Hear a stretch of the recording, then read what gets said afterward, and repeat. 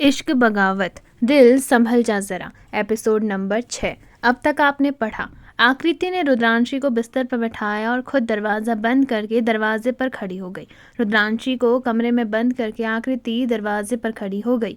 थोड़ी ही देर में अथर्व जब कमरे में आने की कोशिश करने लगा तो आकृति ने उसे अंदर जाने से मना कर दिया। बिना नेक दिए आकृति ने अथर्व को अंदर जाने से साफ इनकार कर दिया। तो वहीं अपने भाई को यूं दरवाजे पर खड़ा देख रुद्र और शिवांग ने उसे चढ़ाने में कोई कसर नहीं छोड़ी। आकृति को नेक देकर अथर्व कमरे में एंटर हुआ तो उसने देखा कि आइए अब देखते हैं कि आखिर अथर्व ने कमरे में आकर क्या देखा। चलिए अब कहानी को आगे बढ़ाते हैं। अब आगे अथर्व कमरे में आया तो उसने देखा कि कमरे में रोमांचक और सुंदर लाइटिंग हुई है और एक भीनी भीनी खुशबूदार महक उस पूरे कमरे को महका रही है। बेड पर फूलों के गुलदस्ते लगे थे जो कमरे की शांति को और भी ज़्यादा सुंदर बना रहे थे। रंग बिरंगे वस्त्र और शानदार सजावट से कमरा अत्यंत आकर्षक और रोमांचक नजर आ रहा था। अथर्व कमरे को देखते ही खुश हो गया। उसने इधर उधर नजरें घुमाई तो उसने बिस्तर पर फूलों की पंखुड़ियों के बीच सजी हुई रुद्रांशी को देखा। रुद्रांशी को देखते ही उसके चेहरे पर उसके दिल में एक अलग सा खुमार आ गया। उसकी दोनों आंखों में प्यार और उत्साह झलक रहा था। अथर्व धीरे धीरे रुद्रांशी की तरफ आ रहा था और वहीं रुद्रांशी अपने दिल की बढ़ती धड़कनों को शांत करने का प्रयास कर रही थी। अथर्व रुद्रांशी के पास आया तो उसने देखा रुद्रांशी ने घूंघट ओढ़ा हुआ है। अथर्व ने रुद्रांशी का घूंघट धीरे से उठाया और फिर प्यार भरी नज़रों से रुद्रांशी की तरफ देखकर बोला। अथर्व बोला, जानता हूँ ये शादी जल्दबाजी में हुई है, इसलिए मैं तुमसे एक बात कहना चाहता हूँ। रुद्रांशी, हम दोनों का ये सफ़र हमेशा के लिए रहेगा। तुम्हें पाकर मुझे बहुत खुशी हुई है। तो वहीं रुद्रांशी जो कि खुद को शांत करने की कोशिश कर रही थी, वह अथर्व के इस प्रपोजल से थोड़ा हैरान थी, पर फिर बड़ी शांति से अथर्व की तरफ देखते हुए बोली। रुद्रांशी बोली, हाँ अथर्व, हम दोनों का ये सफ़र हमेशा यादगार रहेगा। हमारा प्यार यूं ही हमेशा बना रहेगा। अथर्व बोला, तुम्हारे बिना मेरा जीवन अधूरा है रुद्रांशी। तुम्हें खोने का डर हमेशा मेरे दिल में रहता है। रुद्रांशी बोली, मैं भी तुम्हें कभी नहीं खोने दूंगी अथर्व। अब देखो ना, हम दोनों की ये कहानी कितनी अजीब है। कभी सोचा न था कि यूं एक दूसरे के साथ जन्मों जन्मांतर के लिए बंधना पड़ेगा, पर अब जब हम दोनों एक साथ हैं तो मैं तुमसे एक बात कहना चाहती हूँ। मैं इस रिश्ते को दिल से निभाना चाहती हूँ। मैं बता देना चाहती हूँ सबको कि हाँ, हम एक दूसरे के लिए ही बने हुए हैं। अथर्व ने रुद्रांशी की यह बात सुनी तो उसके चेहरे पर मुस्कान आ गई।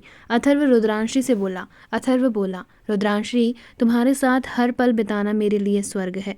रुद्रांशी बोली, अथर्व, तुम्हारे बिना मेरा जीवन अधूरा है। तुम्हारी मुस्कान मेरे दिल को सुकून देती है। अथर्व ने इतना सुना तो उसके चेहरे पे मुस्कान आ गई। उसने प्यार भरी नज़रों से रुद्रांशी की तरफ देखा तो उसे रुद्रांशी की आंखों में प्यार और मुस्कान चमक रही थी।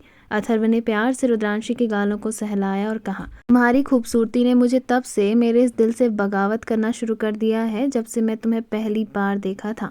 इतना कहकर अथर्व रुद्रांशी के थोड़ा और नज़दीक आया और फिर उसके नज़दीक आकर वह उसके कान में कुछ बोला, जिसे सुनकर रुद्रांशी की चेहरे की चमक और मुस्कान बढ़ गई। उन दोनों ने एक दूसरे की नज़रों में देखा और दोनों एक दूसरे में खोते चले गए। दोनों के बीच यह प्रेम इश्क की एक नई चाशनी घोल रहा था। तभी अथर्व ने रुद्रांशी के हाथों को अपने हाथों में लिया और फिर रुद्रांशी की तरफ देखते हुए बोला। अथर्व बोला, रुद्रांशी, मेरी उलझन का हल हो तुम, मेरे इश्क की मंजिल हो तुम। तुम्हारे बिना मुझे एक पल अकेला नहीं बिताना। मैं जीवन भर तुम्हारे साथ रहना चाहता हूँ। हमारे इस प्यार को साथ लेकर चलना चाहता हूँ। क्या तुम इसमें मेरा साथ दोगी? रुद्रांशी ने इतना सुना तो उसके चेहरे की चमक और ज़्यादा बढ़ गई। दोनों ने एक दूसरे की धड़कनों को बढ़ते हुए साफ तरीके से सुना। अथर्व ने रुद्रांशी का हाथ पकड़ा और उसे कहीं ले जाने लगा। अथर्व रुद्रांशी को लेकर गार्डन एरिया की तरफ से आया जो उसके कमरे से सट कर लगा था। दोनों ही एक बड़े से झूले पर बैठे हुए थे। अथर्व ने रुद्रांशी का हाथ पकड़ा हुआ था तो वहीं रुद्रांशी ने अपने कंधे को अथर्व के दिल के पास सिटाया था। अथर्व और रुद्रांशी दोनों एक दूसरे की धड़कनें साफ तरीके से सुन सकते थे। उस सुंदर बगीचे में जहाँ फूलों की महक उन दोनों के बीच प्यार को महका रही थी, तो वहीं आसमान का पूरा चंद्रमा व चांदनी रात और उस चांदनी रात की रोशनी में रुद्रांशी का चेहरा और ज़्यादा खिल रहा था। वह दोनों एक दूसरे के करीब आ रहे थे। अथर्व की नज़रें रुद्रांशी की नज़रों से मिली तो रुद्रांशी ने शर्म से अपनी नज़रें झुका ली, जिसे देखकर अथर्व के चेहरे पर मुस्कान आ गई। अथर्व ने रुद्रांशी का हाथ पकड़ा और फिर धीरे से उसके होंठों को अपने होंठों के पास लाते हुए रुद्रांशी की तरफ देख कर बोला। अथर्व बोला, जानती हो, जब से मैं परेशान होता हूँ तो यहीं आकर बहुत सुकून महसूस होता है मुझे। पर अब तुम मेरी लाइफ में आ चुकी हो, तो जब भी मैं परेशान हूँ तो मुझे अपनी गोद में सर रखवा कर प्यार से मेरे सर पर सहला देना। रुद्रांशी ने हाँ में जवाब दिया और फिर चुप हो गई। उन दोनों के बीच ये अनकही बातें भी बहुत कुछ कह रही थी। वह दोनों आपस में एक दूसरे के करीब आ रहे थे। तभी अथर्व ने रुद्रांशी को उसकी कमर से पकड़ा और फिर अपनी तरफ खींचते हुए देखकर कहा। अथर्व बोला, अंदर चलें अब? रुद्रांशी ने हाँ में अपना सर हिलाया और उसकी हाँ सुनते ही अथर्व ने रुद्रांशी को गोद में उठाया और अपने कमरे की तरफ ले चला। अथर्व ने प्यार से रुद्रांशी को शीशे के सामने खड़ा किया और आईने में उसकी छवि को निहारते हुए बोला। अथर्व बोला, तुम मेरी जिंदगी का सबसे खूबसूरत एहसास हो।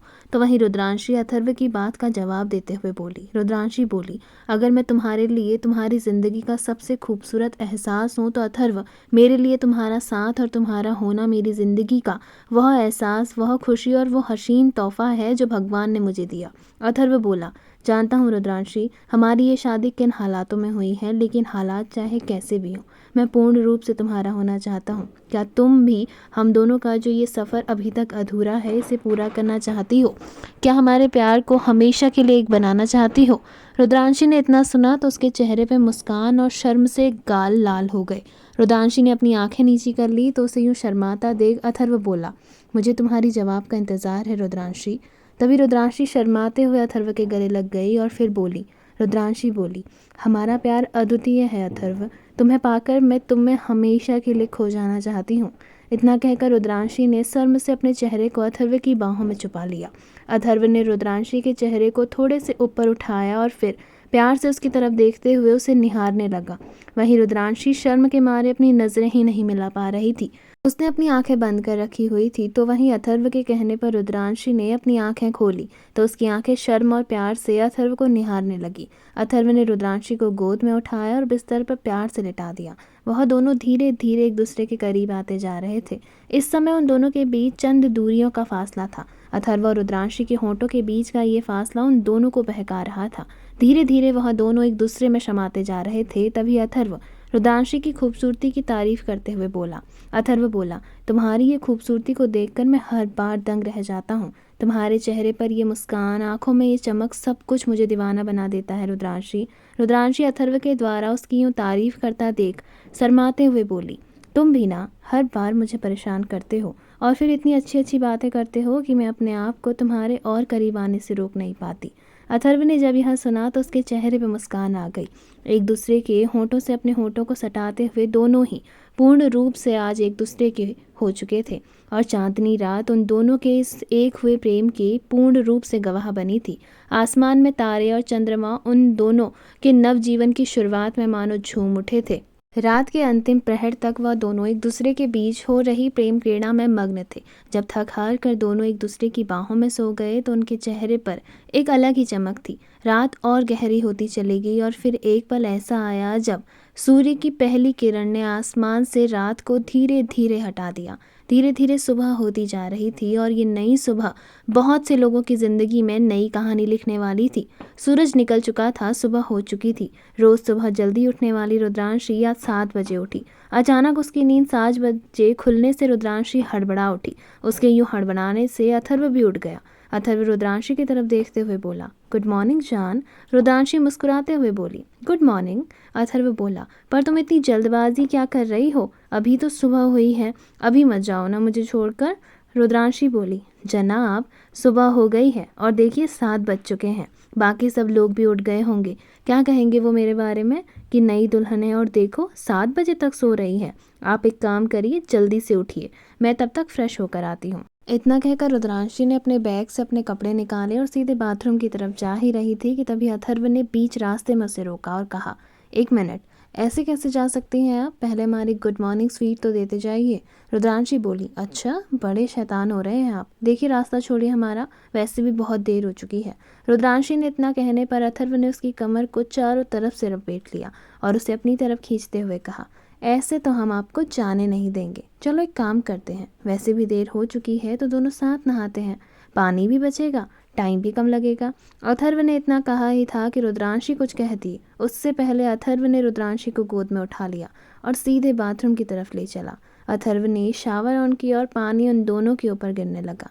बाथरूम रोमांस शुरू हो चुका था। थोड़ी देर रोमांस करने के बाद रुद्रांशी अथर्व को थोड़ा दूर करते हुए बोली।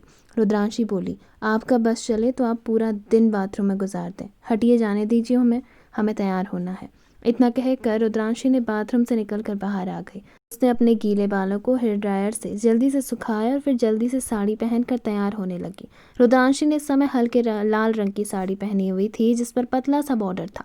उस बॉर्डर पर सोने की पतली तारों से काम किया हुआ था। वह साड़ी रुद्रांशी की खूबसूरती को और निखार रही थी। रुद्रांशी ने चूड़ियां पहनी तो उसकी झनझनाहट की आहट अथर्व का ध्यान रुद्रांशी की ओर ले गई। अथर्व ने देखा कि रुद्रांशी की पतली कमर उसकी साड़ी से साफ झलक रही है, तो तुरंत अथर्व रुद्रांशी के पास आया और उसके कमर पर हाथ लगाते हुए रुद्रांशी को देखकर उसे अपनी तरफ खींचते हुए बोला, ये तो गलत बात है रानी सा, आप हमें तरसा रही हैं अपनी कमर दिखाकर। रुद्रांशी बोली, इस समय आप गलत कर रहे हैं राणा साहब, छोड़िए हमें, बहुत देर हो रही है वैसे भी। इतना कहकर रुद्रांशी अपनी मांग में सिंदूर भरने ही वाली थी कि तभी सिंदूर का डब्बा अथर्व ने अपने हाथों में ले लिया और फिर रुद्रांशी की मांग में सिंदूर भरने लगा। सिंदूर भरते ही रुद्रांशी की आंखें बंद हो गई। अथर्व ने रुद्रांशी की तरफ देखकर कहा, अब से जब तक मैं जिंदा हूँ तब तक मैं ही रोज तुमको सिंदूर लगाऊंगा। तुम मेरी जिंदगी की वह खुशी हो जिसके बिना मेरा जीवन निरस है। चलिए अभी, और वैसे भी आपको आज बहुत बड़ा सरप्राइज़ मिलने वाला है। आखिर शादी की पहली रात पति अपने पत्नी को खूबसूरत तोहफा जो देता है, कल जल्दबाजी में आपके लिए वो तोहफा नहीं ला पाया, लेकिन आज रात आपको वो तोहफा मिल जाएगा। रुद्रांशी मुस्कुराते हुए वहां से हॉल की तरफ चली गई। रुद्रांशी हॉल में पहुंची तो उसने देखा कि सब लोग उठ चुके हैं। रुद्रांशी ने सबको प्रणाम किया और फिर मंदिर में जाकर आरती करके सीधे किचन की तरफ गई, जहां रागिनी जी और सौम्या जी पहले से मौजूद थी। रागिनी जी रुद्रांशी की तरफ देखकर बोली, रुद्रांशी बेटा, आज तुम्हारी पहली रसोई है, तो चिंता मत करना। अगर तुम्हें कुछ बनाना आता है तो तुम वो बना लेना, और नहीं आता तो कोई बात नहीं। सौम्या, तुम रुद्रांशी की मदद करके सभी खानों पर हाथ लगवा देना, मैं बाकी मेहमानों को देखती हूँ। वह तीनों आपस में बात कर ही रहे थे कि तभी वहाँ अथर्व आ गया। अथर्व को वहाँ आता देख सौम्या जी रागिनी जी की तरफ देखकर बोली। सौम्या जी बोली, वाह दीदी, देखो तो आज सूरज कहाँ से निकल आया है। सही कहते हैं लोग, शादी होते ही लड़के बदल जाते हैं। अब हमारे बड़े नवाब को ही देख लीजिए, कभी किचन में पैर न रखने वाले आज अपनी बीवी के पीछे पीछे किचन तक आ गए। धन्य भाग हमारे जो महाराज जी किचन में पधारे। इतना कहकर सौम्या दांत दिखाने लगी तो वहीं रागिनी जी सौम्या जी की तरफ देखते हुए बोली। रागिनी जी बोली, क्या सौम्या, तुम भी ना? अथर्व बेटा, रुद्रांशी तुम्हारी ही बीवी है और कुछ समय बाद तुम्हारे ही पास आ जाएगी। जाओ तुम मेहमानों के बीच बैठो तब तक। इतना कहकर रागिनी जी वहाँ से चली गई तो वहीं वहाँ से दूसरी ओर जाते ही सौम्या जी बोली, तुम दोनों अपना थोड़ी देर कंटिन्यू कर लो, पर ज़्यादा नहीं, बस 10 मिनट। उसके बाद अथर्व बेटा तुम जाओगे सीधे हॉल में और रुद्रांशी बेटा आप जाएंगी अपनी पहली रसोई करने। इतना कहकर सौम्या जी वहाँ से हंसते मुस्कुराते चली गई तो वहीं उन्हें जाता देख रुद्रांशी के चेहरे पर थोड़े शर्म के भाव थे। अथर्व ने रुद्रांशी की तरफ देखकर कहा, क्या हुआ, तुम परेशान लग रही हो? रुद्रांशी थोड़ा घबरा रही थी। अथर्व ने जब उसकी घबराहट देखी तो वो उसके पास आया और उसके हाथों को अपने हाथों में लेते हुए उससे प्यार से पूछने लगा कि आखिर वो किस बात से परेशान है। तो रुद्रांशी अथर्व की तरफ देखकर घबरा कर बोली, अथर्व, आज मेरी पहली रसोई की रस्म है।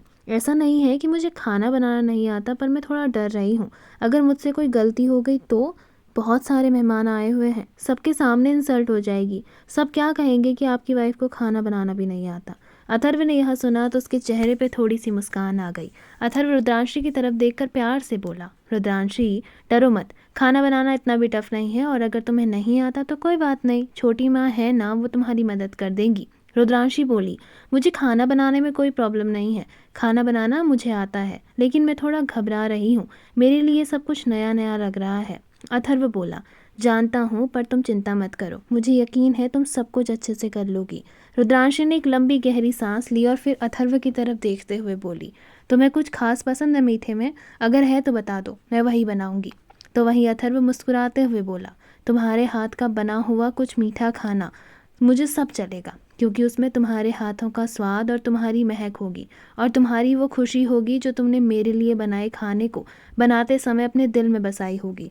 रुद्रांशी बोली, ठीक है, अगर आपको मीठे में कुछ भी पसंद है तो मैं आपके लिए खीर बना देती हूँ। हाँ, ये बता दीजिएगा कि घर में किसी को ड्राई फ्रूट, नट्स या फिर किसी अन्य चीज़ से कोई एलर्जी तो नहीं, ताकि मैं उसके लिए अलग से निकाल कर रख दूँ। अथर्व मुस्कुराया और बोला, नहीं, घर में किसी को किसी से कोई एलर्जी नहीं है। रुद्रांशी ने इतना सुना तो उसके चेहरे पे मुस्कान आ गई। थोड़ी देर बाद वहाँ सौम्या जी भी आ गई। उन दोनों को यूँ बात करता देख सौम्या जी बोली, अब बातें हो गई हों तो रुद्रांशी बेटा चले, रस्म के लिए देर हो रही है। रुद्रांशी ने हाँ में सर हिलाया और वहाँ से सौम्या जी के साथ चली गई और अथर्व हॉल की तरफ चला गया। रुद्रांशी सबके लिए खीर बना रही थी तो थोड़ी ही देर में वहाँ गुनगुन सुबह सुबह राठौर मैंशन आ चुकी थी। गुनगुन वहाँ किसी और ही मकसद से आई थी, लेकिन उसने सबको यही बताया कि वो रुद्रांशी से मिलना चाहती है। हालांकि गुनगुन और रुद्रांशी दोनों बहनें हैं और उन दोनों का राठौर हाउस आना जाना आम सी बात है, लेकिन एक गुनगुन जो कि इस बार रुद्रांशी को सबके सामने नीचा दिखाकर अथर्व को पाने के लिए किसी भी हद तक जाने को तैयार है। गुनगुन हॉल में पहुंची तो उसकी मुलाकात रागिनी जी से हुई। रागिनी जी गुनगुन से मिलकर काफ़ी खुश थी। गुनगुन ने उन्हें बताया कि वो वहाँ रुद्रांशी से मिलने आई है। रुद्रांशी की शादी काफ़ी जल्दी जल्दी में हुई और उसे उससे बात करने का मौका ही नहीं मिला, ना ही वो रुद्रांशी से अच्छे से मिल पाई, इसलिए वहाँ आज उससे मिलने आई हुई है। रागिनी जी ये सुनकर खुश थी कि गुनगुन अपनी बहन के लिए इतना सोचती है। गुनगुन ने रागिनी जी से पूछा कि रुद्रांशी कहाँ है, तो रागिनी जी ने यह बताया कि रुद्रांशी किचन में पहली रसोई की तैयारी कर रही है। वो चाहे तो किचन में जाकर उससे मिल सकती है या फिर यहाँ बैठकर इंतजार कर सकती है। गुनगुन ने हाँ में सर हिलाया तो वहीं रागिनी जी बाकी मेहमानों और बाकी काम देखने के लिए दूसरी ओर चली गई। गुनगुन ने चारों तरफ नजर दौड़ाई और सभी मेहमान नौकर चाकर इधर उधर अपने कामों में लगे थे। गुनगुन ने किचन की तरफ देखा और सीधे किचन को जाने को हुई कि तभी उसने सामने से देखा कि अथर्व आ रहा है। तो गुनगुन ने अच्छा मौका देखा और अचानक गिरने की एक्टिंग करने लगी। गुनगुन गिरती उससे पहले ही उसे एक मजबूत हाथों ने संभाल लिया। गुनगुन की आंखें बंद हुई थी। उसे यकीन था कि उसे अथर्व ने संभाल लिया होगा, लेकिन ये उसका मात्र भ्रम था। जैसे ही उसने आंखें खोलकर देखी तो सामने शिवांग था, जिसने उसे संभाल कर रखा हुआ था। अचानक अपने सामने शिवांग को देखकर गुनगुन झट से खड़ी हुई और उसने शिवांग को खुद से दूर किया और बोली, तुमने बचाया मुझे। शिवांग बोला, क्यों, तुम्हें मेरे अलावा कोई और दिख रहा है क्या? चलना नहीं आता क्या? जब देखो गिरती पड़ती रहती हो। गुनगुन गुस्से से शिवांग की तरफ देखकर बोली, मैं यहाँ रुद्रांशी से मिलने आ रही थी, मेरा ध्यान नहीं गया, मैंने देखा सामने से अथर्व आ रहा है। गुनगुन ने इतना कहा कि तभी शिवांग बोला, और भाई को देखकर तुम खुद को संभाल नहीं पाई और गिर पड़ी। गुनगुन ने इतना सुना तो उसने अपनी आंखें छोटी की और फिर शिवांग की तरफ देखते हुए बोली। गुनगुन बोली, कहने का क्या मतलब है तुम्हारा? तो वही शिवांग बोला, वही जो तुम समझ रही हो। गुनगुन इस बात का पता किसी को नहीं लगने देना चाहती थी कि वह अथर्व से प्यार करती है, पर शिवांग ने जब ऐसा कहा तो वो थोड़ा परेशान हो गई। गुनगुन बोली, कहने का क्या मतलब है तुम्हारा? और मैं कुछ नहीं समझ रही, तुम्हारे दिमाग के घोड़े कुछ ज़्यादा ही चलते हैं। शिवांग थोड़ा सा गुनगुन के नज़दीक आया और बोला, तुम बहुत अच्छे से जानती हो कि मैं क्या कहना चाह रहा हूँ। ना तुम बच्ची हो और ना मैं, इसलिए पहली और आखिरी बार बोल रहा हूँ, जिस मकसद के लिए तुम आई हो वो कभी पूरा नहीं होगा। गुनगुन बोली, मैं किसी मकसद के लिए नहीं आई हूँ, मैं बस अपनी बहन से मिलने आई हूँ, बस, अब हटो आगे से। शिवांग ने गुनगुन को वार्निंग दे दी थी, लेकिन गुनगुन अभी भी ना समझी का नाटक कर रही थी। वो बिल्कुल नहीं चाहती थी कि उसका सच शिवांग के सामने आए। तो वहीं वह यह भी जानना चाहती थी कि आखिर शिवांग किस बारे में बात कर रहा है। जब उसने शिवांग से यह कहा कि वह किस बारे में बात करना चाह रहा है, तो शिवांग ने बिना किसी बात को घुमाए सीधे गुनगुन से कहा। शिवांग बोला, जैसा कि तुमने कहा कि तुम यहाँ सिर्फ रुद्रांशी भाभी से मिलने आई हो, तो मैं भी यही चाहता हूँ कि तुम बस भाभी से मिलने आओ। और वैसे भी तुम्हारी बहन की अब शादी हो गई है, अच्छा नहीं लगता कि बार बार तुम उसके ससुराल में आओ। बेशक तुम अभय अंकल की बेटी हो, लेकिन अब बचपन में जिस घर में तुम घर घर खेलती थी, वो घर अब बचपन वाला घर नहीं रहा। एक अलग रिश्ता जुड़ चुका है हमारा तुम्हारे परिवार के साथ। बेहतर होगा कि तुम उस रिश्ते का मान रखो। बाकी तो तुम समझदार हो ही, मैं क्या कहना चाहता हूँ इसका मतलब तुम समझ गई होगी। तभी गुनगुन बोली, मैं तुम्हारे कहने का मतलब बहुत अच्छे तरीके से समझ रही हूँ, पर तुम भी एक बात याद रखना, मैं अपनी बहन से मिलने कभी भी आ सकती हूँ। और रही बात अथर्व से मिलने की, अथर्व को मैं बचपन से जानती हूँ, हम दोनों बचपन से दोस्त हैं और मुझे नहीं लगता अपने दोस्त से मिलने के लिए मुझे किसी तीसरे की, खास करके अपने दोस्त के भाई की परमिशन की ज़रूरत है। तो बेहतर होगा कि तुम अपनी नाक बीच में ना घुसाओ। शिवांग बोला, मैं अपनी नाक नहीं, मैं पूरा अपने आप को बीच में घुसा रहा हूँ। इतना याद रखना, तुम चाहे रुद्रांशी भाभी की बहन हो या दोस्त, मैं बिल्कुल बर्दाश्त नहीं कर सकता किसी तीसरे की वजह से भाई और भाभी के बीच दूरियां आए और कोई तुम्हें समझे या ना समझे। मैं तुम्हारी फीलिंग्स और इमोशंस को बहुत अच्छे से समझता हूँ, और अब से नहीं, कई सालों से। तुम सबसे छुपा सकती हो पर मुझसे नहीं, समझी? इतना कहकर शिवांग वहां से बिना गुनगुन की बात सुने चला गया। वहीं गुनगुन ने जब शिवांग की ये बात सुनी तो वो थोड़ा हैरान थी कि आखिर जो बात आज तक किसी को नहीं पता चली वो शिवांग को कैसे पता चल गई। गुनगुन अपनी मुट्ठियों को कसते हुए खुद से मन ही मन में बोली, मैं तुम्हें छोड़ूंगी नहीं रुद्रांशी। पहले ही दिन आते ही तुमने मुझे शिवांग की नज़रों में चढ़ा दिया। अब मुझे अपना हर एक दांव सोच समझ कर डालना होगा, नहीं तो ये शिवांग मुझे छोड़ेगा नहीं। इतना कहकर गुनगुन वहां से सीधे किचन की तरफ चली गई। गुनगुन किचन के दरवाजे पर पहुंची तो उसने देखा सौम्या जी बड़े प्यार से रुद्रांशी की मदद कर रही है, तो वहीं रुद्रांशी हंसते मुस्कुराते खाने की तैयारी कर रही थी। गुनगुन ये देखकर बिल्कुल खुश नहीं थी। उसकी आंखों में गुस्सा और जलन साफ था। गुनगुन खुद से बोली, बहुत शौक है ना तुम्हें खाना खिलाने का, पहली रसोई पर सब पर इम्प्रेशन जमाने का, तो अब तुम देखो मैं पहले ही दिन तुम्हारी कैसे धज्जियां उड़ाती हूँ। और वैसे भी तुमने मुझसे मेरा अथर्व छीना है, इतनी आसानी से तुम दोनों को खुश नहीं रहने दूंगी मैं। पर उससे पहले मुझे एक बात पता लगानी है कि तुम दोनों के बीच पति पत्नी जैसा रिश्ता है या नहीं।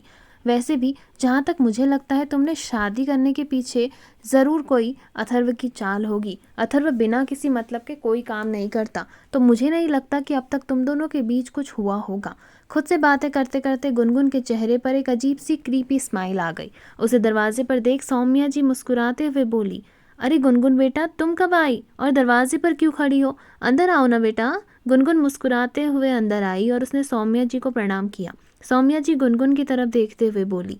सौम्या जी बोली, जीते रहो बेटा।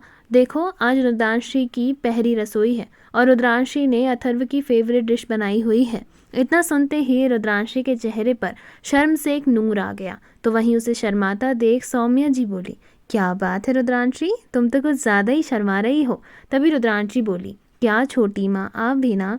सौम्या जी गुनगुन और रुद्रांशी की तरफ देखते हुए एक दूसरे से बोली। सौम्या जी बोली, ठीक है अब तुम दोनों आपस में बात करो। रुद्रांशी बेटा खाना बन चुका है, अब बस थोड़ी देर में टेबल पर सर्व करने के लिए रखवा देंगे, तब तक तुम दोनों बात करो, मैं बाकी लोगों को खाने के लिए बुलाती हूँ। रुद्रांशी ने हाँ में सर हिलाया, तो वहीं उसकी हाँ सुनते ही सौम्या जी वहाँ से चली गई। उनको जाता देख गुनगुन रुद्रांशी के गले लगी और बोली। गुनगुन बोली, कैसी है तू, यहाँ सब कुछ ठीक तो है ना? रुद्रांशी बोली, हाँ दी यहाँ सब ठीक है और मैं भी ठीक हूँ। आप बताओ मम्मी पापा कैसे हैं और भाई, वो यहाँ क्यों नहीं आए? गुनगुन रुद्रांशी की तरफ देखते हुए बोली, माँ सा और बाबा सा को कुछ ज़रूरी काम था और रुद्रांश भाई साहब कल तुम्हें लेने आएंगे पग फेरी की रस्म के लिए, और कल तक मैं यहीं हूँ। कल मैं और भाई साहब तुम्हें यहाँ से लेकर जाएंगे। और तू बता, तू इस शादी से खुश तो है ना? गुनगुन रुद्रांशी के मन की बात टटोलना चाहती थी कि आखिर क्या वह शादी किसी की ज़बरदस्ती में कर रही है या फिर रुद्रांशी सचमुच अथर्व से शादी करना चाहती थी। तभी रुद्रांशी ने गुनगुन से कुछ ऐसा कहा जिसे सुनकर गुनगुन खुश नहीं थी। उसे समझ नहीं आ रहा था कि उसका हर दांव उल्टा क्यों पड़ रहा है। गुनगुन को इस बात की उम्मीद थी कि अथर्व और रुद्रांशी के बीच पति पत्नी जैसा कोई रिश्ता नहीं बना है। शायद ये शादी किसी दबाव में या फिर किसी डील की वजह से हुई है। लेकिन जब रुद्रांशी ने गुनगुन को अथर्व और उसके रिश्ते की सच्चाई बताई तो गुनगुन के पैरों तले जमीन निकल गई। रुद्रांशी गुनगुन की तरफ देखकर बोली, हाँ दी मैं इस शादी से बहुत खुश हूँ, आप परेशान मत होइए, जैसा आप समझ रही हैं वैसा कुछ नहीं है। सचमुच दी पहले मुझे भी बहुत डर लग रहा था कि ये शादी मैं कैसे निभाऊंगी, पर सच कहूँ दी अथर्व बहुत अच्छे हैं, मेरा बहुत ध्यान रखते हैं। ये रिश्ता उन्होंने पूरे मन से निभाया है और मैंने भी। अथर्व मुझे सचमुच प्यार करते हैं। कल उन्होंने जो कुछ भी कहा वो सब कुछ सही था, सच था। सिर्फ अथर्व ही नहीं बाकी घर वाले भी बहुत अच्छे हैं। आप तो सब कुछ जानती हैं, सब लोग बहुत अच्छे हैं, मेरी बहुत केयर करते हैं। गुनगुन ये बात सुन रही थी और मन ही मन में कुढ़ रही थी। गुनगुन रुद्रांशी से बोली, रुद्रांशी तू ना बहुत भोली है, तुझे सही और गलत का फ़र्क नहीं पता, लेकिन मुझे तो अभी भी लग रहा है कि शादी के पीछे अथर्व की ज़रूर कोई गहरी बात छुपी है जिसे अथर्व बताना नहीं चाहता। नहीं तो जब उस सानिया के बारे में उसे इतने महीने से पता था तो अचानक शादी के समय ही शादी क्यों तोड़ी?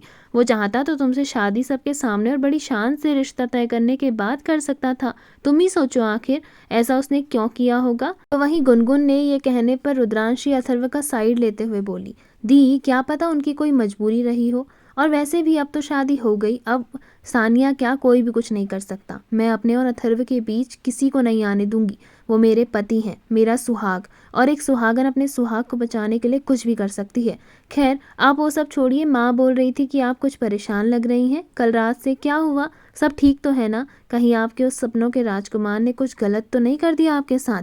अगर आपको उसने परेशान किया तो दी मुझे बताओ, मैं ना उसकी हड्डी पसली तोड़ दूंगी। तभी गुनगुन बोली, नहीं नहीं, वो मेरे साथ क्यों गलत करेगा, और वैसे भी मेरे राजकुमार को तुम नहीं देख सकती हो। रुद्रांशी बोली, अरे ऐसा क्यों? आखिर मेरे होने वाले जीजा सा हैं, वो तो मेरा तो हक बनता है। तभी गुनगुन बोली, हाँ जैसे तेरा हक बनता है मेरे पति पर, वैसे ही मेरा हक भी बनता है तेरे पति पर। क्यों, सही कह रही हूँ ना मैं? आखिर आधी घरवाली हूँ तेरे अथर्व जी की, साली हूँ, और साली आधी घरवाली होती है, भूल मत।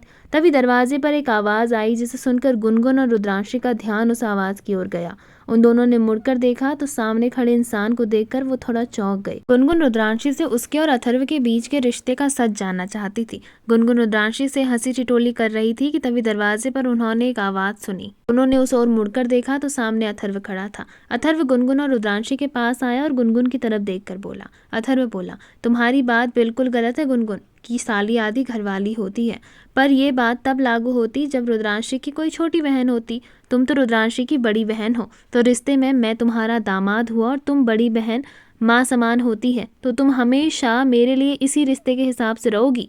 जैसे ही अथर्व ने यह कहा तो गुनगुन थोड़ा हैरान थी। उसे बिल्कुल उम्मीद नहीं थी कि अथर्व इस तरीके से अपनी बात को रख भी देगा और जो बोलना चाहता है वो भी बोल देगा कि वो किसी और का नहीं हो सकता। तो वहीं रुद्रांशी अथर्व की ये बात सुनकर मुस्कुरा रही थी। अथर्व ने रुद्रांशी के कंधे पर हाथ रखा और उसकी तरफ देखते हुए बोला। अथर्व बोला, क्या रुद्रांशी, तुम भी ना? तुम्हारी बहन आई हुई है और तुम किचन में बात कर रही हो। चलो बाहर जाकर बैठते हैं। तभी रुद्रांशी बोली, अथर्व नाश्ते का समय हो चुका है, बस नाश्ता लगवाते हैं। नाश्ता करने के बाद मैं गुनगुन दी से अच्छे से बात करूंगी। वैसे भी गुनगुन दी से अच्छे से बात भी नहीं हो पाई थी मेरी। वहीं गुनगुन अथर्व और रुद्रांशी के बीच की केमिस्ट्री को देखकर जल रही थी। उसे यकीन नहीं हो रहा था कि उन दोनों के बीच सब कुछ इतना अच्छा चल रहा है। गुनगुन अथर्व से बोली। गुनगुन बोली, अथर्व तुम्हें कंपनी नहीं जाना? अथर्व बोला, जाना तो नहीं चाहता अपनी सुंदर सी बीवी को छोड़कर, पर क्या करूं, जाना तो ज़रूरी है। चलो डार्लिंग तुम खाना लगाओ, मैं बाहर मिलता हूँ। ठीक है गुनगुन, मिलते हैं नाश्ते की टेबल पर। इतना कहकर गुनगुन ने हाँ में सर हिलाया तो वहीं अथर्व वहाँ से चला गया। तो वहीं गुनगुन रुद्रांशी के चेहरे पर खुशी को देख रही थी। गुनगुन बोली, बहुत प्यार करता है ना अथर्व तुझसे? रुद्रांशी बोली, बहुत ज़्यादा दी। आप बताइए ना, आपके सपनों के राजकुमार का क्या नाम है? गुनगुन बोली, पता चल जाएगा बहुत जल्दी। नाम क्या, तुझे तो मैं सामने से मिलवाऊंगी। रुद्रांशी बोली, कब दी? मैं मिलने के लिए बहुत ज़्यादा एक्साइटेड हूँ। गुनगुन बोली, इतनी भी ज़्यादा एक्साइटेड मत हो, क्या पता उससे मिलने के बाद तू सदमे में चली जाए। रुद्रांशी बोली, ओह कम ऑन दी, मैं क्यों सदमे में जाऊंगी? वैसे भी मेरे पास आपके दूल्हे से ज़्यादा हैंडसम पति है, तो आपके चांसेस तो बहुत कम है कि मैं आपके दूल्हे को देखकर सदमे में चली जाऊंगी। गुनगुन बोली, ठीक है देखते हैं, चल अब बाहर चल, सब लोग खाने का वेट कर रहे हैं। गुनगुन ने इतना कहा तो रुद्रांशी ने हाँ में सर हिलाया। वो दोनों ही बाहर हॉल में चले गए। हॉल में रुद्रांशी की पहली रसोई की रस्म हुई। दीप्ति जी, सौम्या जी और बाकी सब घर वालों ने खाने की बहुत तारीफ की। खाने की तारीफ सुनकर गुनगुन के तो होश उड़ गए। उसे समझ नहीं आ रहा था कि खाने की तारीफ कैसे हो सकती है। तो वहीं कोई था जो गुनगुन के एक्सप्रेशंस पर नज़र रखे हुए था। वो इंसान मन ही मन में बोला। वो इंसान बोला, अब तक तो तुम ये सोचकर पागल हो चुकी होगी कि ये सब कुछ हुआ कैसे, क्योंकि खाना तो तुमने ख़राब कर दिया था, तो सब खाने की तारीफ कैसे कर रहे हैं। बहुत जल्दी तुम्हें सच्चाई पता चल जाएगी गुनगुन। खैर तब तक मैं खाने के मज़े लेता हूँ।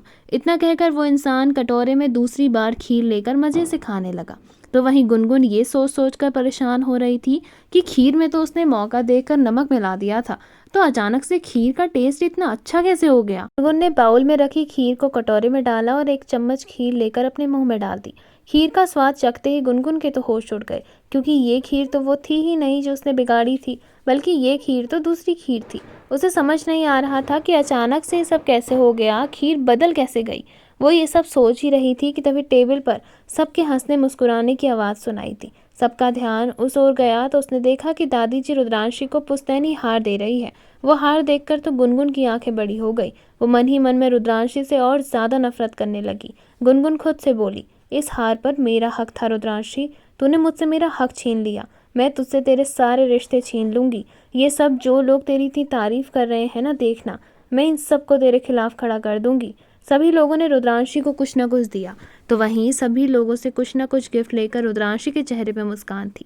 सभी लोग नाश्ता खाकर अपने अपने कमरे को चले गए, तो वहीं रुद्रांशी कमरे में आई। यहाँ गुनगुन भी उसके साथ कमरे में आई। गुनगुन ने तीसरी बार अथर्व के कमरे में कदम रखा था। उसने कमरा देखा तो वहाँ रुद्रांशी की पसंद के बहुत से सामान रखे थे। गुनगुन बचपन में एक बार अथर्व के कमरे में आई और एक बार जवानी में गलती से वह अथर्व के कमरे में आई, तो अथर्व ने उसे बहुत ज़्यादा सुना दिया था। अथर्व को बिल्कुल पसंद नहीं था कि कोई उसके कमरे में आए। उस दिन के बाद से गुनगुन अथर्व के कमरे में बिल्कुल नहीं आई, लेकिन उसे इतना पता चल गया कि अथर्व के कमरे में किसी भी सामान में हेर फेर या कोई भी बदलाव अथर्व को बिल्कुल मंजूर नहीं है। लेकिन जब गुनगुन ने पूरा कमरा देखा तो पूरा कमरा रुद्रांशी की पसंद से भरा था। गुनगुन यही सोच रही थी कि आखिर ये सब कुछ बदलाव हो कैसे गया। जितना वो सोचती उतनी ही उसके अंदर रुद्रांशी के लिए नफरत बढ़ती जाती। वहीं गुनगुन रुद्रांशी के मुंह से अथर्व और उसकी इतनी तारीफ सुनकर पक चुकी थी।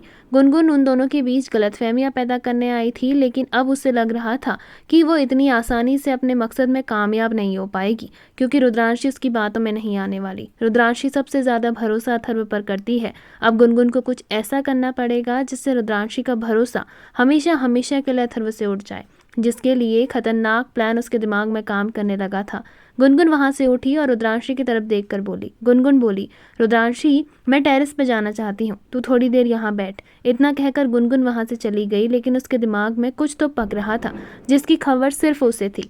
तो वहीं रुद्रांशी इस बात से खुश थी कि उसकी बहन को उसकी कितनी परवाह है, लेकिन अपनी बहन के असली इरादे तो रुद्रांशी जानती ही नहीं थी। गुनगुन के दिमाग में खतरनाक प्लान काम करने लगा था, लेकिन अभी भी उसके दिमाग में रह रह कर यही बात घूम रही थी कि आखिर उसका बिगड़ा हुआ खाना बदल कैसे गया।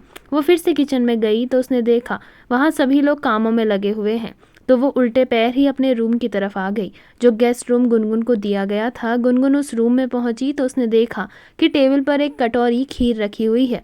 उसको लगा शायद ये खीर उसके लिए भेजी गई थी। गुनगुन ने कटोरा उठाया और खीर को एक चम्मच अपने मुंह में डाला, लेकिन जैसे ही वो खीर उसके मुंह में गई, उसने तुरंत ही अपने मुंह पर हाथ रखकर उसे बाथरूम में जाकर फेंक दिया।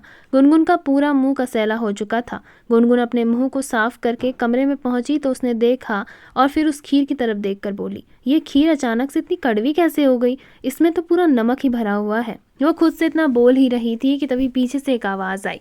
वो आवाज़ बोली, क्यों, पसंद नहीं आई खीर? पर ऐसा कैसे हो सकता है? ये खीर तो वही है ना जो तुमने बनाई थी, सॉरी बिगाड़ी थी। तो अब अपनी खीर को पहचानने से कैसे इनकार कर सकती हो? जैसे ही गुनगुन ने पीछे मुड़कर देखा तो सामने खड़े इंसान को देखकर गुनगुन के हाथ पांव कांप गए। वो इंसान धीरे कदमों से गुनगुन के पास आया और फिर वो कटोरे की तरफ देखकर बोला, सो सैड, पूरा मुंह खराब हो गया होगा ना, कड़वा कड़वा सा लग रहा होगा। तो सोचो अगर घरवाले ये खीर खाते तो उन्हें कैसा लगता।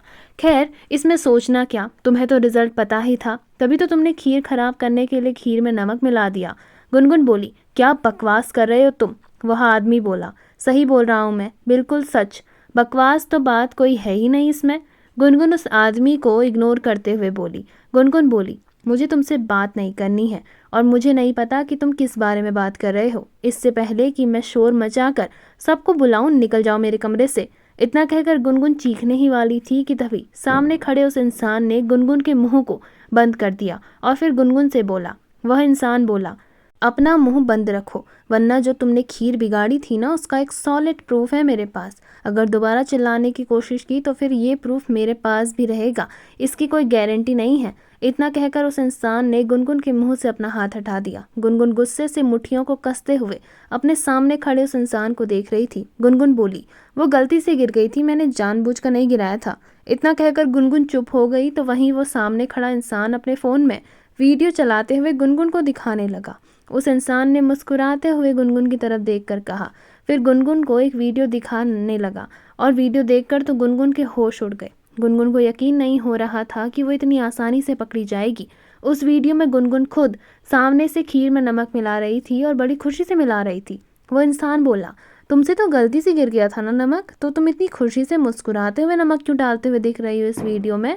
गुनगुन कुछ कह पाती उससे पहले ही एक जोरदार थप्पड़ गुनगुन के गाल पर लग गया। अचानक थप्पड़ पड़ने से गुनगुन जमीन की तरफ झुक गई। गुनगुन ने अपने गाल पर हाथ रखा और फिर सामने खड़े उस इंसान को देखा जिसने अभी अभी उसे एक थप्पड़ लगाया था। वो गुस्से से उसकी ओर देखने लगी। गुनगुन कुछ बोलती उससे पहले ही सामने खड़ा व्यक्ति बोला, वह सामने खड़ा इंसान बोला, बिल्कुल चुप, एक और शब्द कहा ना तो मैं तुम्हारी जान ले लूंगा। तुम्हारी हिम्मत कैसे हुई रुद्रांशी भाभी की खीर खराब करने की? मुझे सच जानना है कि तुमने ऐसा क्यों किया, और झूठ बोलने की तो कोशिश भी मत करना मुझसे, वरना मुझसे बुरा कोई नहीं होगा। बताओ अब मुझे सारा सच। गुनगुन थप्पड़ मारने से डर चुकी थी और अपने सामने खड़े इंसान को अब वो और ज़्यादा झूठ नहीं बोल सकती थी, क्योंकि सामने वाला इंसान उसकी सारी सच्चाई जानता था। गुनगुन बोली, हाँ मैंने ही खीर में नमक मिलाया था। तो क्या कर लोगे तुम? जाकर घर वालों को बताओगे? बता दो, पर इतना याद रखना, ये सब कुछ बताने से ना सबसे ज़्यादा गिल्ट में तुम्हारी प्यारी ही भाभी रहेगी, क्योंकि अगर तुमने ये सच किसी को बताया तो मैं सबको सच बता दूंगी कि मैं अथर्व से प्यार करती हूँ और ये शादी मुझे अंधेरे में रख कर हुई है। अगर मुझे पहले पता होता तो शायद मैं मम्मी पापा से ये बात कर चुकी होती, लेकिन मुझे इस बारे में किसी ने कुछ नहीं बताया। तो भूलना मत, अगर मैं तमाशा क्रिएट करने पर आई तो तुम क्या, कोई भी नहीं समेट पाएगा, और फिर मैं ऐसे ऐसे अपनी बातें मनवाऊंगी कि तुम परेशान हो जाओगे। इसलिए बेहतर होगा कि मेरे रास्ते में मत आओ। मेरा मकसद सिर्फ अथर्व को पाना है, बिना किसी को परेशान किए। पर अगर तुम्हें ज़्यादा दिक्कत है तो मैं तुम्हारी भाभी के रास्ते में आ रही हूँ। याद रखना शिवांग, जब मैं अपनी सगी बहन का बसा बसाया घर बिगाड़ सकती हूँ तो तुम किस खेत की मूली हो? मैं अथर्व को पाने के लिए किसी भी हद तक जाने को तैयार हूँ। समझ में आई बात? इतना कहकर गुनगुन ने उस इंसान को वहां से जाने का इशारा किया तो वह इंसान गुनगुन की यह बात सुनकर गुस्से में आ चुका था। वह गुस्से से बोला, ये धमकी तुम्हें बहुत महंगी पड़ेगी गुनगुन। मैं शिवांग सिंह राठौर हूँ। शिवांग फिर बोला, और मैं तुम्हारी खोखली धमकियों से नहीं डरता। और जब तुमने अब सामने से चैलेंज कर ही दिया है तो मैं भी तुम्हें ओपन चैलेंज करके देता हूँ। मैं तुम्हें अथर्व भाई और भाभी के बीच कभी नहीं आने दूंगा। गुनगुन बोली, देखते हैं। इतना कहकर गुनगुन वहां से तिरछी मुस्कान के साथ चली गई। शिवांग वहीं खड़ा गुनगुन पर गुस्सा निकाल रहा था। उसे पता था कि अब वह कुछ नहीं कर सकता। अगर अब वह कुछ करे तो शायद बाजी गुनगुन के हाथों में चली जाए, और फिर वही सबको यही लगेगा कि गुनगुन का प्यार रुद्रांशी भाभी ने छीन लिया। शिवांग खुद से ही ये बातें कर रहा था कि तभी वो कुछ सोचते हुए खुद से बोला, मेरी नज़र तुम पर हमेशा बनी हुई है गुनगुन। हर एक एक पल पल कदम पर मैं तुम्हारे पीछे साए की तरह खड़ा हूँ। तुम जो भी करोगी मैं उसका पलटवार जवाब दूंगा। मैं तुम्हें भाई और भाभी के बीच कभी नहीं आने दूंगा, कभी भी नहीं। इतना कहकर शिवांग भी वहां से मुट्ठियों को कसते हुए चला गया। गुनगुन छत पर खड़ी अब यही सोच रही थी कि इस शिवांग नाम की बला से कैसे निपटा जाए, क्योंकि अभी तक तो उसके प्लान से, उसके मकसद के बारे में किसी को नहीं पता, पर अब शिवांग को उसके प्लान का और उसके मकसद का अंदाज़ा हो चुका था। तो इसलिए उसके दिमाग में भी एक खतरनाक प्लान बनने लगा। गुनगुन ने कुछ सोचा और फिर खुद से ही मुस्कुराते हुए बोली, गुनगुन बोली, मैं अथर्व को किसी भी कीमत पर हासिल करके रहूंगी, फिर चाहे उसके लिए मुझे कोई भी रास्ता क्यों ना अपनाना पड़े। इतना कहकर गुनगुन ने किसी को फ़ोन किया तो दूसरी ओर से रुद्रांशी इस बात से बेखबर थी कि उसकी बहन उसके खिलाफ क्या साजिश रच रही है। ये छोड़ अथर्व के ख्यालों में खोई हुई वह थी। धीरे धीरे दिन बीता, शाम हुई तो सभी लोग हॉल में इकट्ठा हुए। हर कोई राज्याभिषेक के दिन के लिए बहुत एक्साइटेड था। एक हफ्ते बाद की तारीख जो घोषित की गई थी राज्याभिषेक की, जैसे ही ये बात गुनगुन को पता चली तो गुनगुन के दिमाग में और ज़्यादा खतरनाक प्लान बनने लगा। गुनगुन खुद से मन ही मन में बोली, राज्याभिषेक से पहले पहले मुझे अथर्व और रुद्रांशी के बीच इतनी दूरियां पैदा करनी होगी कि उन्हें एक होने का कोई मौका ना मिले। मैं इस शादी को तोड़ के रहूंगी और राजस्थान की हुक्मरानी सब बनने का हक सिर्फ मेरा है। अथर्व, तुम सिर्फ मेरे हो। तो वहीं ये सोचते सोचते गुनगुन की नज़रें शिवांग से मिली, जिसकी निगाहें उसी पर टिकी थी। गुनगुन उसकी नज़रों को खुद पर टिकी हुई देख थोड़ा अनकंफर्टेबल हो गई, पर उसके दिमाग में जो जुनून था वो उसके चेहरे पर और उसकी आंखों में साफ नजर आ रहा था, जिन्हें शिवांग ने भी देख लिया था। शिवांग भी गुनगुन की तरफ देखकर खुद से बोल रहा था, जानता हूँ अब तक तो तुम्हारे दिमाग में प्लान बन चुका होगा, पर तुम मुझे जानती नहीं हो गुनगुन। मैं तुम्हें छोड़ने वाला नहीं हूँ, और इतनी आसानी से तो बिल्कुल भी नहीं, फिर चाहे मुझे उसके लिए कुछ भी क्यों ना करना पड़े। एक दूसरे को मन ही मन में गुनगुन और शिवांग देख लेने की धमकी दे रहे थे, पर ये तो समय ही बताने वाला था कि गुनगुन ने शिवांग के खिलाफ क्या प्लान किया है, तो वहीं शिवांग गुनगुन के प्लान का पलटवार कैसे करता है। थोड़ी ही देर में सब अपने कामों में लग गए। रुद्रांशी गुनगुन के इरादों से बेखबर अपने कमरे में बैठी अपने कामों में लगी हुई थी। वह एक कॉलेज की प्रोफेसर थी और जल्द ही उसके कॉलेज में बच्चों के एग्ज़ाम होने वाले थे। वो अपने सब्जेक्ट का एग्ज़ाम पेपर तैयार कर रही थी ताकि वो जल्द से जल्द एग्ज़ाम पेपर सबमिट करा सके, इस बात से बेखबर कि अथर्व कमरे में आ चुका है। तो वहीं दूसरी ओर गुनगुन एक बड़ी साजिश का अंजाम दे चुकी थी। उसने सोच लिया था कि उसे क्या करना है, पर उसकी साजिश को नाकाम करने के लिए शिवांग भी पूरी तरीके से तैयार था। पर अभी तो कहानी में बहुत से नए मोड़ आने वाले थे।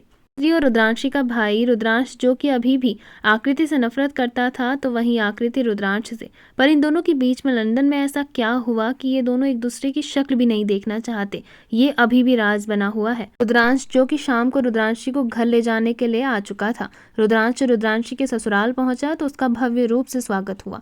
वहां पर गुनगुन भी आ चुकी थी। गुनगुन को देखकर रुद्रांशी के चेहरे पर मुस्कान थी। थोड़ी देर में रुद्रांशी भी नीचे आ चुकी थी, तो वहीं अथर्व भी रुद्रांशी के साथ ही था। अथर्व और रुद्रांशी को एक साथ आते देख गुनगुन के सीने में सांप लौट गया। गुनगुन मन ही मन में रुद्रांशी से फिर जलने लगी। रुद्रांशी नीचे आई तो उसने रुद्रांश को गले लगाते हुए झट से ढेर सारे सवाल शुरू कर दिए कि घर में सब कैसे हैं, मासा और बाबासा कैसे हैं। ढेर सारे सवाल सुनकर तो रुद्रांश के चेहरे पर हंसी छूट गई। रुद्रांश रुद्रांशी को गले लगाते हुए और उसके बालों को सहलाते हुए बोला। रुद्रांश बोला, मेरी प्यारी छोटी बहन, आराम से, हम कल पगफेरे की रस्म के लिए घर ही जाने वाले हैं, फिर आराम से मासा और बाबासा से मिल लेना। रुद्रांश के रहने की व्यवस्था कर दी गई थी। रुद्रांश रात को ही आया था तो सीधे खाने की तैयारी हो चुकी थी। तो वहीं दूसरी ओर आकृति को भी पता चल चुका है कि रुद्रांश आया हुआ है। आकृति रुद्रांश का सामना नहीं करना चाहती थी, जिस कारण वह कमरे से बाहर ही नहीं निकली। वह कमरे में रही। घर वालों ने भी इस बात पर ज्यादा गौर नहीं किया, लेकिन रुद्रांश समझ चुका था कि आरोही उसकी वजह से नहीं आ रही, और जब उसने ये महसूस किया तो उसे आकृति के ऊपर और ज्यादा गुस्सा आने लगा। वह मन ही मन में बोला, मुझे पता है तुम नीचे क्यों नहीं आई हो, पर चिंता मत करो, तुम्हें तो मुझसे मिलने आना पड़ेगा, और अगर तुम नहीं आओगी तो मैं आ जाऊंगा। लेकिन अगर तुम ये सोच रही हो कि तुम मुझे अवॉइड करके तुम मुझसे पीछा छुड़ा लोगी, तो ये तुम्हारी सबसे बड़ी गलतफहमी है। थोड़ी ही देर में आकृति नीचे हॉल में आ गई, लेकिन उसने अभी तक नज़र उठाकर रुद्रांश को देखा भी नहीं था। वो बाकी हर किसी से नॉर्मली बिहेव कर रही थी, लेकिन किसी को ऐसा फील नहीं होने दे रही थी कि कुछ अटपटा है। तो वहीं रुद्रांश आकृति की इस इग्नोरेंस को समझ चुका था। थोड़ी देर में खाना लग चुका था। अब डिनर टेबल पर आकृति का आना मजबूरी हो गया। आकृति नीचे हॉल में डिनर टेबल के पास आई तो उसे देखकर दादी जी बोली, आकृति बेटा, आपकी तबीयत ठीक है? आप रुद्रांश से मिलने भी नहीं आई? आकृति बोली, हाँ दादी साहब, बस थोड़ा बुखार सा लग रहा था, क्या मैं अपने कमरे में ही खाना खा सकती हूँ? दादी जी बोली, बेटा अगर तुम्हारी तबीयत बहुत ज़्यादा खराब हो रही है तो हम डॉक्टर को बुला लेते हैं। तभी आकृति अपनी दादी की तरफ देखकर बोली, नहीं दादी साहब, बस आराम करना चाहती हूँ मैं।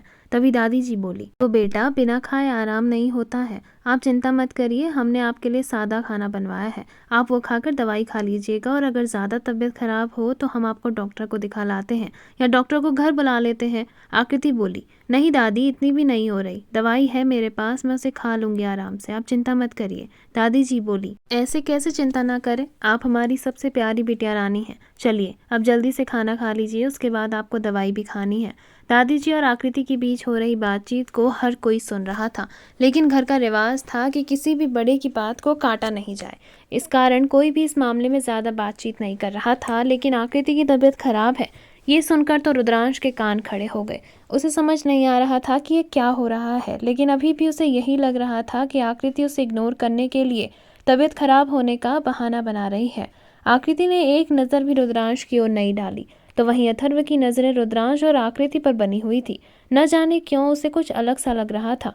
थोड़ी देर में आकृति ने जल्दी से अपना खाना खाया और वहां से आराम करने के बहाने चली गई। सबको यही लगा था कि आकृति की तबीयत ठीक नहीं है, जिस कारण वह चली गई है। सभी लोगों ने खाना खाया और हर कोई अपने अपने कमरे में आराम करने के लिए चला गया, लेकिन कोई था जिसके दिमाग में उथल पुथल मच चुकी थी। वह कोई और नहीं बल्कि अथर्व था। अथर्व को रुद्रांश और आकृति के बीच कुछ तो है, ये बात खटक चुकी थी, लेकिन वह अभी भी इस मामले में जल्दबाजी नहीं करना चाहता था। पर अब वो कुछ तो हल निकालने वाला था, पर वह हल क्या है ये तो आने वाला वक्त बताएगा। गुनगुन अपने कमरे में पहुंची तो उसके फ़ोन पर उसकी बुआ का फ़ोन आया था। उन्होंने अपनी बुआ का फ़ोन रिसीव किया तो दूसरी तरफ से गुनगुन की बुआ बोली। हालांकि गुनगुन की बुआ रिश्ते में गुनगुन की मौसी थी, लेकिन अभय प्रताप सिंह और दीप्ति प्रताप सिंह ने गुनगुन को गोद ले लिया था, जिस कारण गुनगुन की मौसी अब गुनगुन की बुआ थी। लेकिन उसके दिल में कपट था। ये बात गुनगुन को पता नहीं थी। गुनगुन उन्हें अपना हितैषी मानती थी, लेकिन वो गुनगुन को एक ढाल, जिससे वो प्रताप फैमिली में वापस जा सके और प्रताप फैमिली की नींव पर हमला कर सके। दूसरी तरफ से आवाज आई।